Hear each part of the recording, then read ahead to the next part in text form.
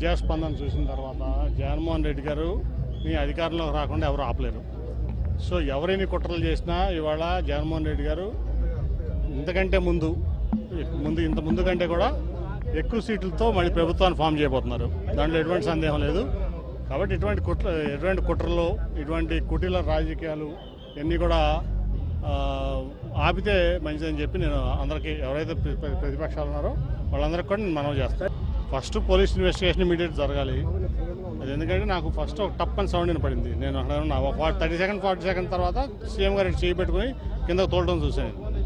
నేను ఇంకా ఇదైందనుకుంటే ఈ లోపు దెబ్బ వెళ్ళి పక్కనే వెల్లంపల్లి గారికి కూడా కంటికి చాలా తీవ్రమైన గాయం అయింది. ఇవాళ ఇది చాలా తీవ్రమైన పరిణామం, మామూలు పరిణామం అట్లాగే ఉంది కదా. ఇప్పుడు నేను అనుకుంటా ఏంటంటే, ఇప్పుడు వివేకానంద స్కూల్ ఉంది పక్కన, టార్గెటెడ్గా చేయకపోతే అది జరగదు. అది కంపల్సరీ ఏదో కుట్ర ఉంది దీంట్లో. లోకేష్ 600 మందిని హైర్ చేసుకుని ఒక 4 ఏళ్ళ నుంచి ఇదే పనిలో ఉన్నాడు. సోషల్ మీడియాలోనే బతుకుతున్నాడు అతను.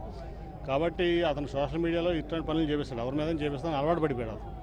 సో ఇటువంటి దుష్ప్రచారాలు ఇటువంటివన్నీ చేయడం అతనికి అలవాటైపోయింది లోకేష్ అనే వ్యక్తికి. ఇది ఖచ్చితంగా కూడా ఇమీడియట్గా చాలా తీవ్రంగా పరిణమించి మేము ఇక్కడే కాదు, ఢిల్లీలో కూడా ఎలక్షన్ కమిషన్ మేము దాన్ని రిప్రజెంట్ చేస్తాం. ఆయన ప్రజాదరణ, జగన్మోహన్ రెడ్డి గారి ప్రజాదరణ వాళ్ళు ఎవరు కూడా తట్టుకోలేకపోతున్నారు. ఎస్పెషల్లీ విజయవాడలో తట్టుకోలేక ఈ ఓర్వలేక చేసినటువంటి పని ఇది. దాంట్లో ఎవరైతే ఉన్నారో దోషులను బయట తీయాలి.